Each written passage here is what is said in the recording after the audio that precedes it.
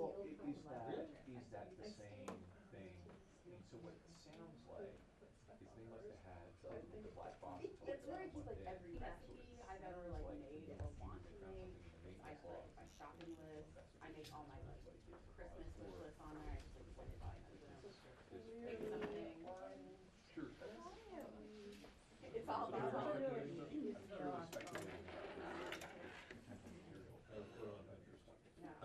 How do you get that from your I was on the text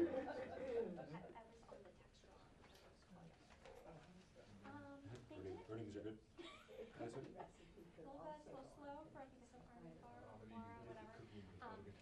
oh my God. It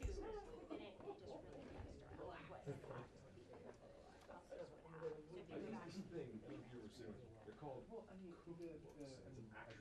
You know, my mom keeps buying those for me, and I just keep them on a shelf in the dining room, and I've never cracked them. I'm not allowed to buy another one unless I throw one out. So and then how do you apply Vincent Yard? Because they're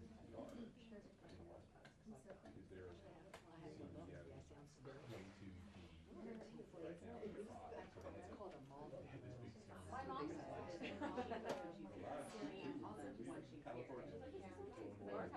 I have a second car. To support what's the TR when you left, so. Well, that's fine. The TR never left anyway, so yeah, no problem. I have like. They like snuck out of port to go on deployment. What do you do? Well, I mean, we had it, but like. Once upon a time before.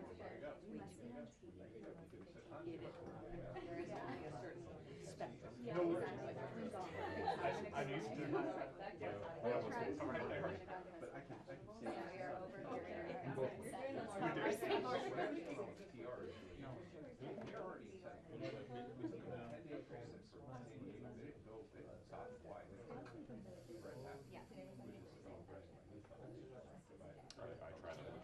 I will go right on the TR. You should. Yeah, no. Try to convince Army people to care. Y'all are the worst. Yeah, that's the Pacific, right? You know, y'all got your folks in like South Korea, We're relevant, I swear. We can do some work.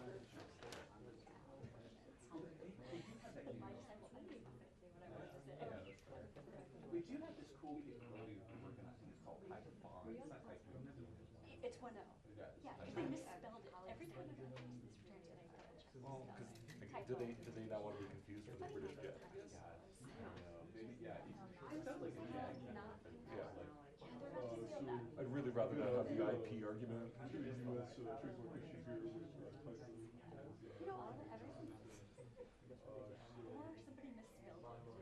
Corrected yesterday. Yeah, it's the most recent photo we got. Actually, my wife got it for Christmas. Spelled this wrong. This is bad. I see something on that sound.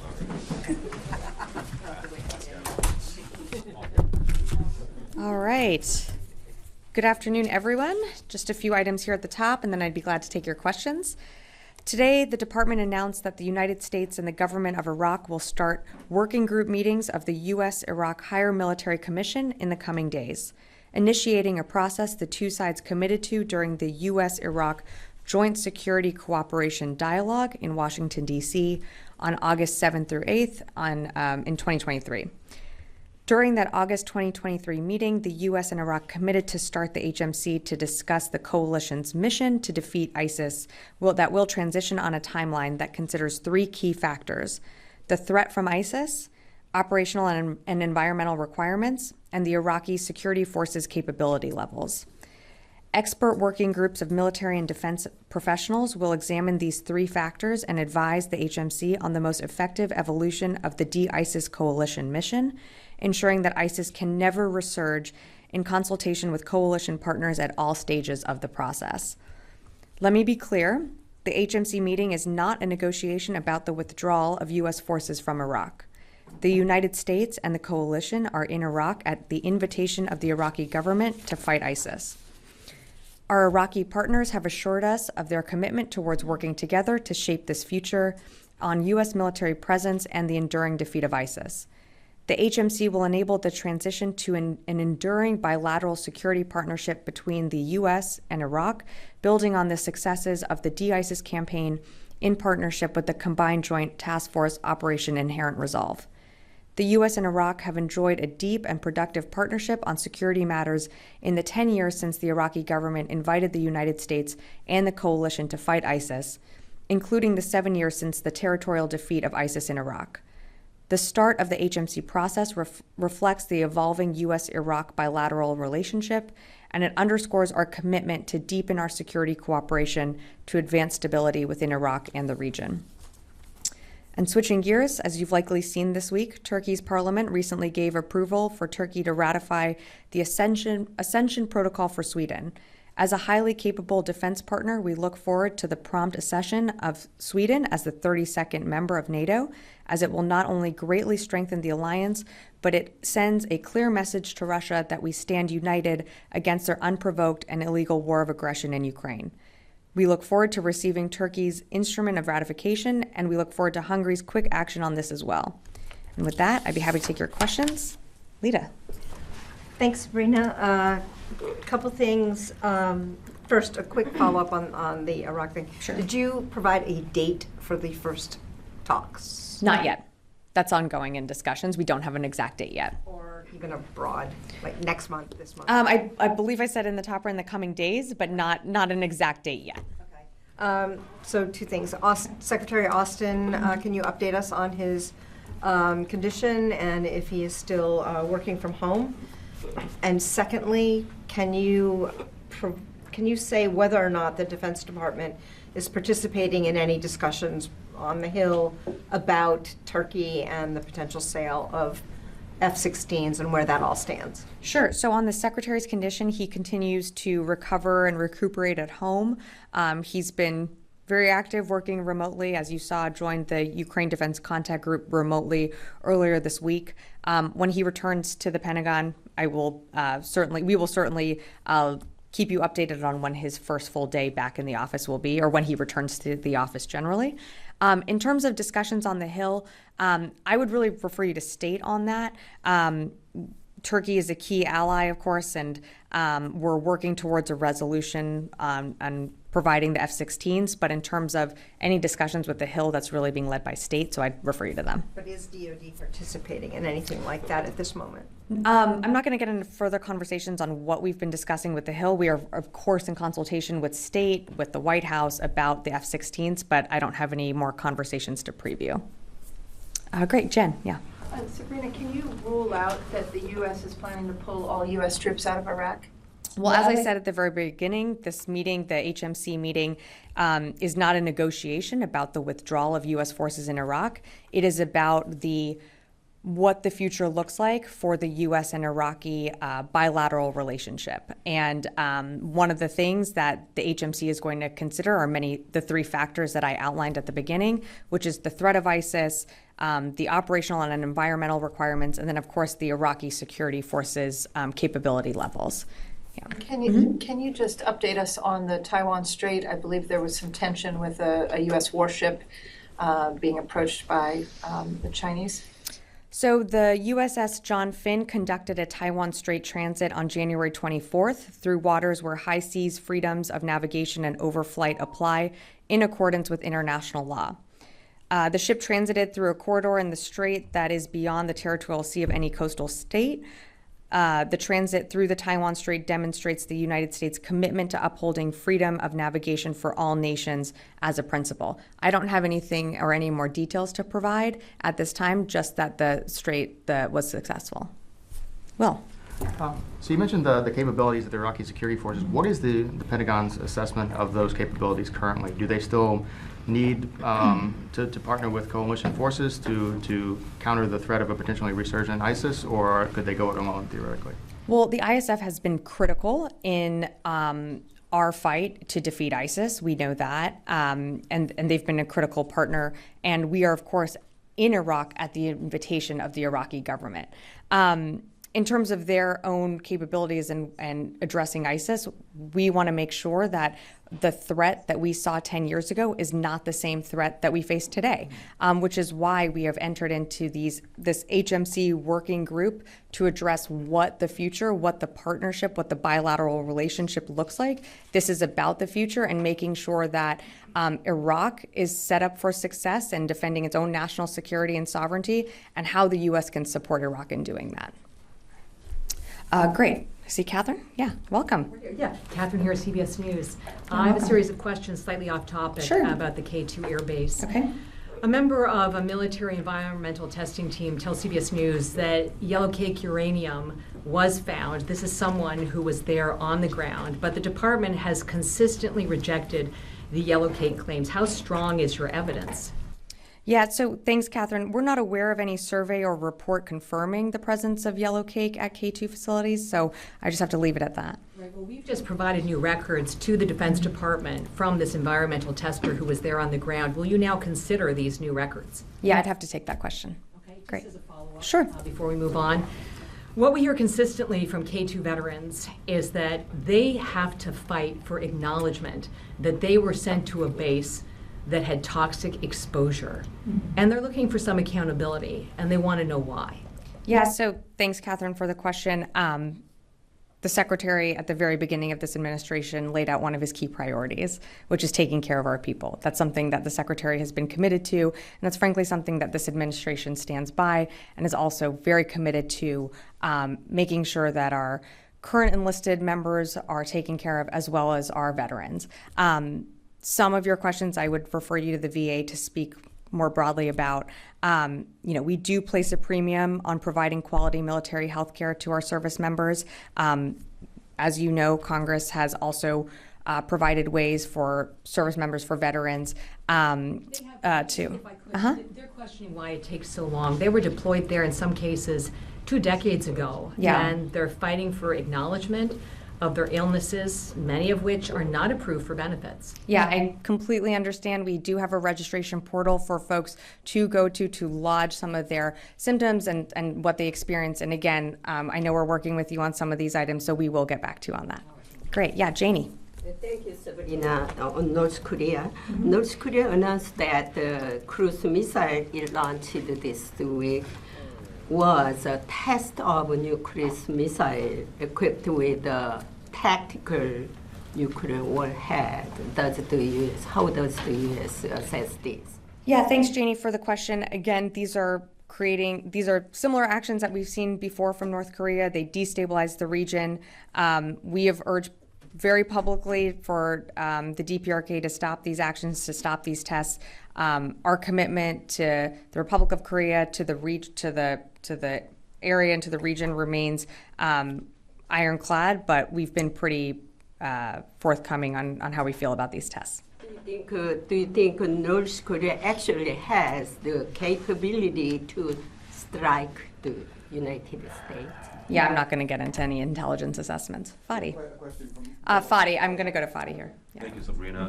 My first question is, you said the HMC meetings are not about negotiating the withdrawal of U.S. forces in Iraq. Is that because it's been mutually agreed upon with the Iraqi government not to discuss this issue, or is it because the U.S. is not willing to discuss it, or the Iraqis didn't request that? No, that's just not the purpose of these meetings. So both sides are in agreement on not to raise that issue during the meeting? No, just to again take a step back here, the purpose of these meetings, and it's a working group, is to look at what the bilateral relationship between the United States and Iraq looks like now that the threat of ISIS from 10 years ago to today is very different. And so part of the factors that we're taking into consideration, the ISF's capabilities, the operational environment, and then of course the threat of ISIS, those are all going to be part of these conversations on exactly what our footprint looks like within Iraq. And that's what this working group is for. There's no timeline set. And again, these meetings are not about a negotiation or a withdrawal from Iraq. If I may, Sure. Two more questions on two separate Yeah. topics. So the first one, Channel 12 in Israel reported today that a new batch of security assistance arrived in Israel, and it includes F-35, F-15, and Apache. Are you able to confirm this news? I'm not. I haven't even seen those reports. Okay, thank you. And then separately, there's been reported there's a leak from recording by Israeli Prime Minister Netanyahu, where he said he expressed his anger to the U.S. government because of the renewal of the agreement about Al Udeid Air Base in Qatar, the host agreement. Is the U.S. reviewing its presence in Qatar and its security relationship with the Qatari government? I'm not going to comment on the Prime Minister's specific comments, but we have a good relationship with Qatar. In fact, the Secretary was just there in December visiting that base. So I have nothing new to announce in terms of any change to that relationship. Great. Yes, over here. Hey, Sam McGraw with USNI News. Hey. Just wanted to get a couple of points of clarification on the operations in the Red Sea, just so I understand the distinction. So the merchant ship protection mission is known as Prosperity Guardian, and then the potential strike mission, is that Poseidon Archer? How are you all dividing that up? Who's responsible for what? Can you? Yep. Because it's been kind of difficult to understand. Sure. So Operation Prosperity Guardian is exactly that. It is looking at how this coalition together can help ensure freedom of navigation through the Red Sea, through the BAM, through the Gulf of Aden. And so that is something that the Secretary officially launched in December when he was in Bahrain visiting there. And it's a multinational security initiative. Operation, what you were referring to is Operation Poseidon Archer is not a named department operation, but it is something that CENTCOM has named in terms of multilateral strikes and dynamic strikes within Houthi-controlled areas in Yemen. And is that ongoing? That is ongoing. Okay. Yeah, of course. Oren. Just a very quick follow-up to Lita's first question on the Secretary. You said you'd update us when the Secretary would come back full-time, but has he been back to the Pentagon at all since his release from the hospital? He is not. And I'm sorry, what I meant to say was it's not like he's coming for a half day or an hour or anything like that. When he comes back to the Pentagon, whether it's for an hour, 5 minutes, a day, we will let you know. Yeah, of course. Yes, in the back here. Thanks so much. Robert Moore with ITV News. Hi. We have a cameraman who was filming in Gaza earlier this week. He filmed a very distressing scene that's gained a lot of traction online of a group of Palestinian men waving a white flag, trying to reach relatives, manifestly not a threat to anyone. They came under fire from an Israeli position. One man was killed, shot in the chest. I wonder if the Pentagon, whether you have seen that video, what your reaction to it is, and above all else, whether you would urge the IDF to investigate what appeared to be a calculated and unprovoked killing. I'm sorry, I have not seen the video, so I can't speak to it. I can't urge another entity to do something without seeing the video myself. What I can say, and what we continue to do and urge our Israeli partners, is as they are conducting operations within Gaza, of course, in accordance with the law of armed conflict, humanitarian laws, to preserve innocent civilians, protecting innocent civilian lives, and of course where there are people and refugees that have fled into humanitarian corridors. So I'd have to leave it at that. Follow-up question, if I may. I mean, this campaign has now lasted, 110 days now. You've repeatedly, from this podium and from the State Department, the White House, have repeatedly said you're urging the Israelis to be more calibrated in their approach. Are you seeing any evidence that's being listened to, let alone being implemented on the ground, given the extraordinary number of civilian casualties we're still having 110 days into the campaign? You know, we are seeing that the IDF has certainly pared back its operation within Gaza. They have pulled back brigades. They are, and I think they actually spoke to this as recently as a few weeks ago, conducting more targeted operations. From the Secretary's level to other levels across this administration, there are near daily conversations with our counterparts in Israel about lessons learned that the Secretary himself has had through when he was serving in Iraq, and how we see this conflict ending. So let me just finish for a sec. So again, we feel that the Israelis are they have a really tough fight ahead of them. We know that we are working with them to ensure that they can confidently meet the goals that they have laid out by going after Hamas leadership, but we have been very clear from the beginning that the preservation, the protection of innocent civilians is something that we value and something that Israel needs to uphold. Are you convinced they're actually listening and implementing I think I that answered that recommendation? question. I answered that question. Yeah, Rio. Thank you, Sabrina. Two questions. Sure. First, the White House said this morning the Japanese Prime Minister Kishida will make a state visit to Washington in April. So how do you see the progress on defense cooperation with Japan over the last 3 years? And what area will be the priority for the Pentagon moving ahead? I saw the announcement today. That's very exciting. For more details on the Japanese Prime Minister's visit, I'd refer you to the White House. But of course, last year was a critical year in our alliance, and we look forward to building on that momentum. And that is another great time to do it when the visit happens. I believe you said in April. Yeah. Yeah, separately on Taiwan. Sure. The Admiral Aquilino said last week the China will step up military pressure on Taiwan in response to the outcome of the presidential election in the island. So is that the assessment widely shared at the Pentagon? So in terms of Admiral Aquilino's comments, I'd refer you to Indo-PACOM to speak more to that. I will point out at the same day that Admiral Aquilino said this, there were several centerline crossings by PRC jets. We are committed to the Taiwan Relations Act. And in fact, as I mentioned just yesterday, we completed a Taiwan straight transit. So I'll leave it at that. I'm going to go to the phones, and then I'll come back in the room here. Laura Seligman, Politico. Hi, Sabrina. Thanks for doing this. A couple questions.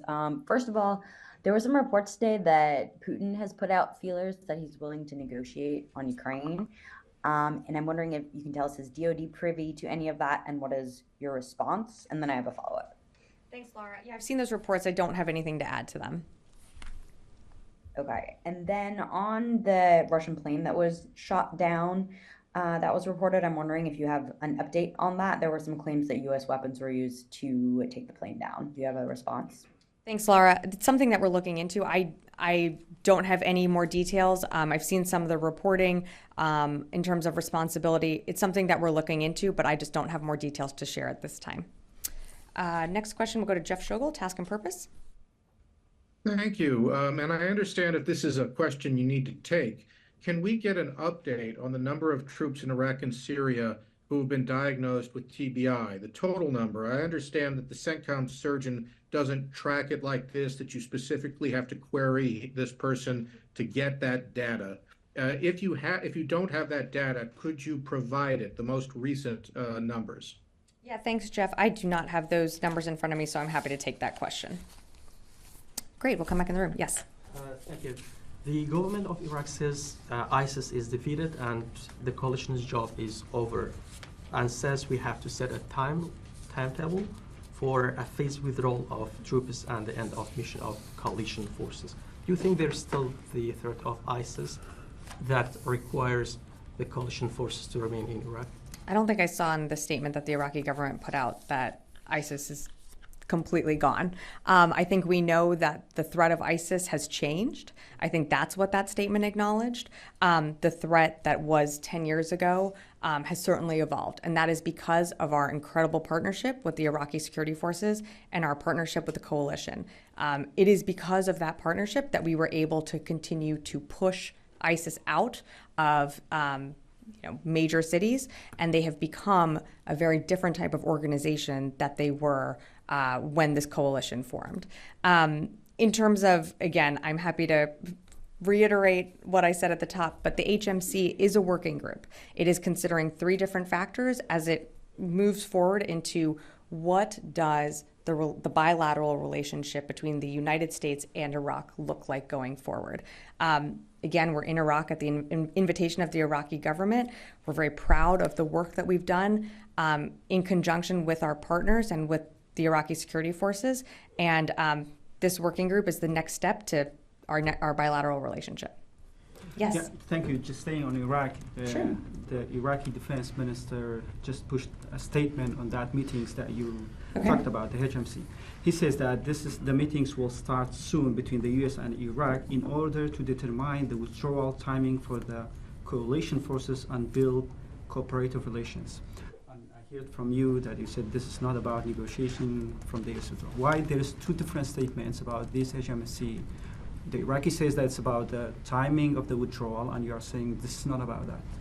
Okay, has the Iraq requested you about your withdrawal from Iraq? We've received no request from the government of Iraq to withdraw our forces. Again, the HMC, it's a working group to determine what our future looks like together with Iraq in terms of our bilateral relationships. There are factors that are being taken into consideration. As I mentioned, the threat of ISIS is very different from what it was 10 years ago. And I know there's a focus on this withdrawal.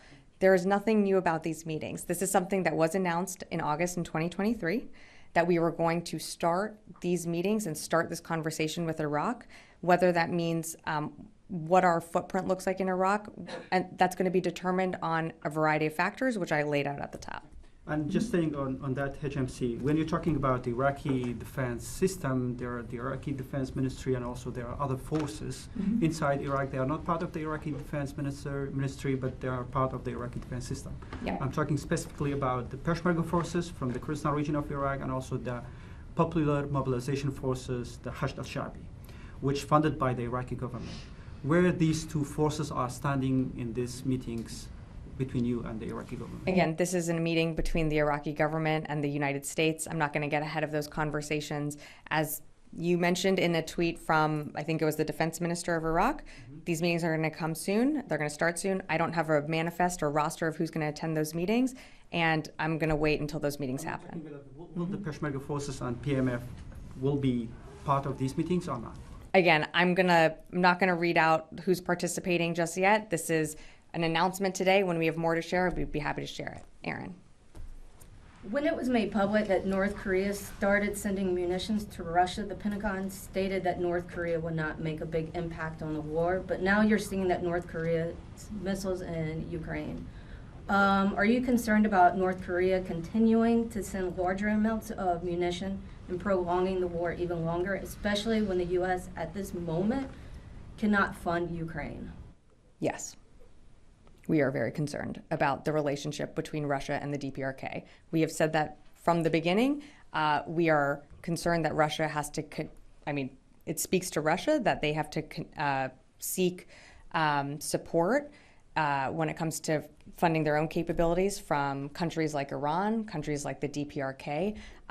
The continuing funding, the continuing support of these countries does prolong the war. That is something that we are concerned about, which is why we have committed to supporting Ukraine, but we can't do that without a supplemental being passed. And so, as I mentioned, from this podium, we have not had a supplemental, we have not had a presidential drawdown go out since December 27th. Earlier this week, the Secretary and the Chairman convened the Ukraine Defense Contact Group. That's a forum where allies and partners do come together to figure out what Ukraine needs, what are their urgent battle needs. Unfortunately, the United States has not been able to provide a package since December. So we will continue to urge Congress, both publicly and privately in our meetings, to pass a supplemental. But in the beginning, you appeared to just downplay that North Korea was sending the munitions over there, that it wasn't that big of a deal at that time. Yes, it would prolong the war, but at that moment, it wasn't. I don't remember us saying it wasn't that big of a deal. I think it's a concern when other countries are providing Russia with munitions that are killing Ukrainians and innocent Ukrainian civilians. I think we've always said that's been a big concern of ours. And then have we seen any more shipments going from Russia to, or from North Korea to Russia? I don't have anything today to announce. We certainly know that there is we've seen a deepening of relationships between Russia and the DPRK, but I don't have any shipments or anything to announce today. Yeah. I have a follow-up on what you just said on the supplemental. So if Congress fails to break a deal and get additional funding for Ukraine, what would that mean for Ukraine's ability to defend itself, and what message about American reliability would that send to the rest of the world? Well, I think certainly it's concerning if we can't continue to support Ukraine. And I do think members of Congress on both sides of the aisle do understand the impact that it could have. I will say, though, and it's important, it's not just the United States supporting Ukraine right now. Our allies and partners have stepped up in terms of training, in terms of funding and support. So it's not just the United States, but the United States' support for Ukraine is incredibly important in showing a united message, not just to the European world, to Russia, but all around the world. Our support, as you've heard from the president himself, has said that it's unwavering, and we will stand with Ukraine for as long as it takes. I truly believe there are members of Congress and on both sides that believe that as well and want to do the right thing and pass the supplemental. Yeah. Yes. Oh, hey, Missy. Hello. I didn't see you back there. Just a couple questions on Secretary Austin. Sure. I know, I can't remember if it was you or Pat responded to a question on this the other day, but do you have any, that you were looking into it, but is there anything on the request for the Secretary to testify in the HASC? And do you have any comment on the congressional criticism, I think it was from Wicker, about the letters that that DOD submitted about the timeline surrounding his hospitalization? And then separately on the DOD Inspector General report about UAP, said that there wasn't a comprehensive plan for dealing with UAP and that could pose a security threat. Any response to that? Sure. Let me take the first ones at the top. So in terms of testifying, our teams are working with the Hill to figure out, we always want to be responsive to Congress. We always want to ensure that we are getting answers back to whether it be senators or members of Congress in a timely manner. I don't have an update for you on any hearing of anything being scheduled, but we are certainly in touch with the staffs of those members who have requested that hearing. And when I have more to share, I'd be happy to do it. And then in terms of the letters, again, we're always responding to Congress in a timely manner. We provided the details that we could in that letter. And I know our staffs have been in touch, and the Secretary has been in touch also with members in both the House and Senate. In terms of the UAP report, I'm sorry, I just have to take that question. Lita, do you have one more, and then we'll wrap up? Sure. Clarification. Are you suggesting, and I'm really not looking for you to read the topper again. Sure. But are you suggesting but I that I understand. Yeah. The size of the U.S. footprint in Iraq will not be an element at all in these discussions, or isn't it common sense that the size of the U.S. military footprint in Iraq will be part of these discussions as they go forward? It will certainly be part of the conversations as it goes forward, as not reading the topper again, but as I outlined at the very beginning, the threat of ISIS has changed. But there are certain conditions that have to be met, or certain factors that have to be met in order for both Iraq and the United States to feel that we can ensure the enduring defeat of ISIS. And so that's what this working group is going to look at. And again, we're still there at the invitation of the Iraqi government, and we're really proud of our partnership. No, I understood. I think the term withdrawal of forces, I think just more broadly, the size of the U.S. footprint in Iraq is obviously part of all of this ongoing. Yeah. Okay. Sure, Fadi. One last question, and then we got to wrap. Yeah. It's getting more confusing now. I don't think so. Yes, Okay. I'm not a native English. Okay. Sure. I was taught Arabic and French, but reducing the footprint entails withdrawing some of the forces, right? So what Lita was asking is, is your footprint in Iraq part of these discussions? And what I said was that the threat of ISIS has changed, and there are a number of factors that this working group is going to look at. One being, how can we ensure the enduring defeat of ISIS? Of course, conversations about our troop levels, that's something that this working group is going to take a look at. But right now, we are there at the invitation of the government. We are very proud of our partnership with the Iraqi security forces, and we're really proud of the work that the coalition has done to ensure that defeat of ISIS remains. Okay, great. Thank you, everyone.